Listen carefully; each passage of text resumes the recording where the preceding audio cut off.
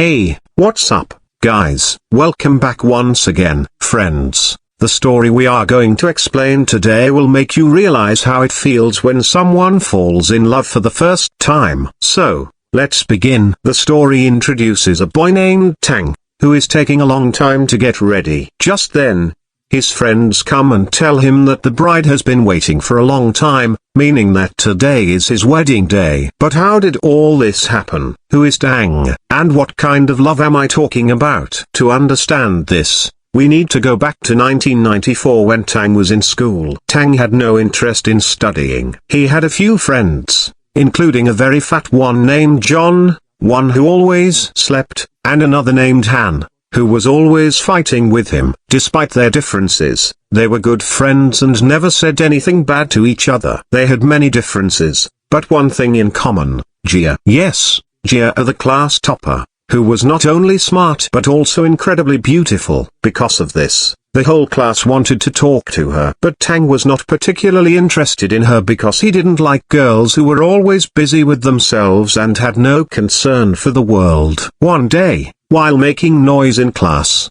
the teacher caught them and made them stand outside. Then, the teacher asked Jia to make them sit next to her so they could learn from her and take an interest in studies. Everyone was happy because that's exactly what they wanted. But Tang was not happy. He didn't like Jia. He told her, first, become a good student, then the teacher's favorite, and then say whatever you want and no one will question you. Jia asked, "Why are you so weird? Have you ever thought about what you'll do in the future? If you keep failing every exam like this, you won't get any job." But Tang didn't care about her words. We are introduced to another girl, Sun, Jia's friend, who always keeps drawing something. Tang taunts her, asking, "Do you plan to do this all your life, or have you thought of something else?" Just then, Jia arrives and says, "First, think about yourself." Tang, who was never shut up like this before, stays silent and leaves. Later, we see Tang's family,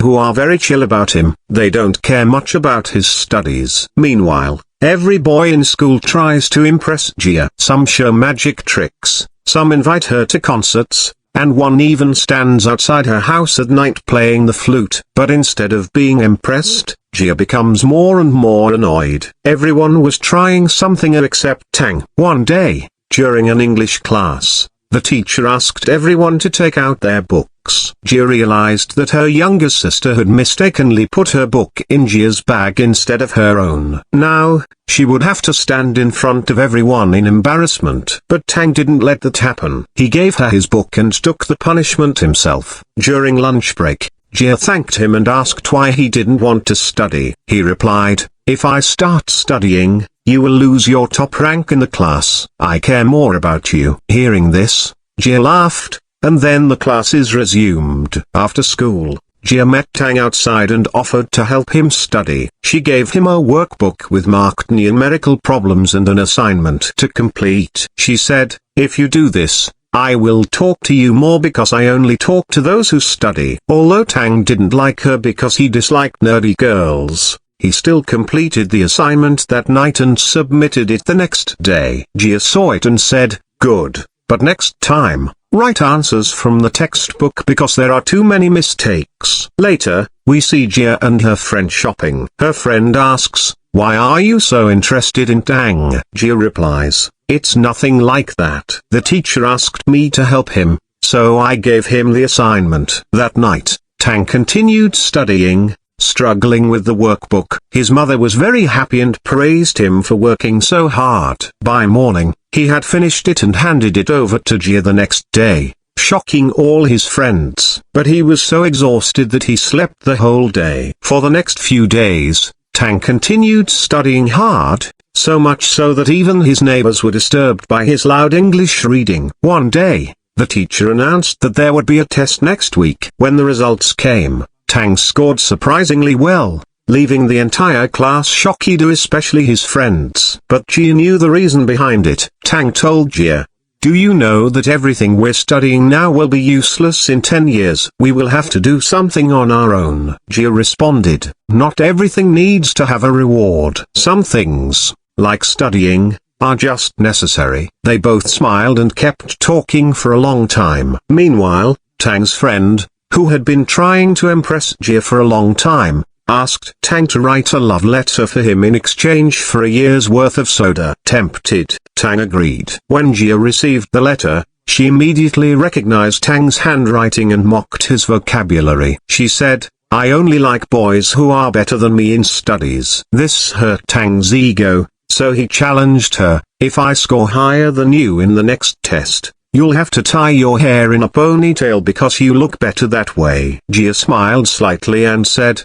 "Okay, let's see." Both studied hard, especially Tang, who isolated himself and focused only on his studies. But despite his hard work, he still scored lower than Jia. Even though his scores improved significantly, a loss was still a loss. So, as per the challenge, he cut his hair that night. The next day, Jia teased him, and even his friends made fun of him. But Jia didn't break his heart. The following day, she tied her hair in a ponytail, shocking Tang and the entire class. One day, money was stolen in the class. The security guard asked everyone to write down who they suspected or let their bags be checked. Han opposed this, saying it would create distrust among friends. Jia agreed, and everyone had their bags checked. But later, the money was found in Han's bag. Because of this, Jia and her entire group were punished. It was her first punishment, and she cried a lot. Tang and his friends cheered her up,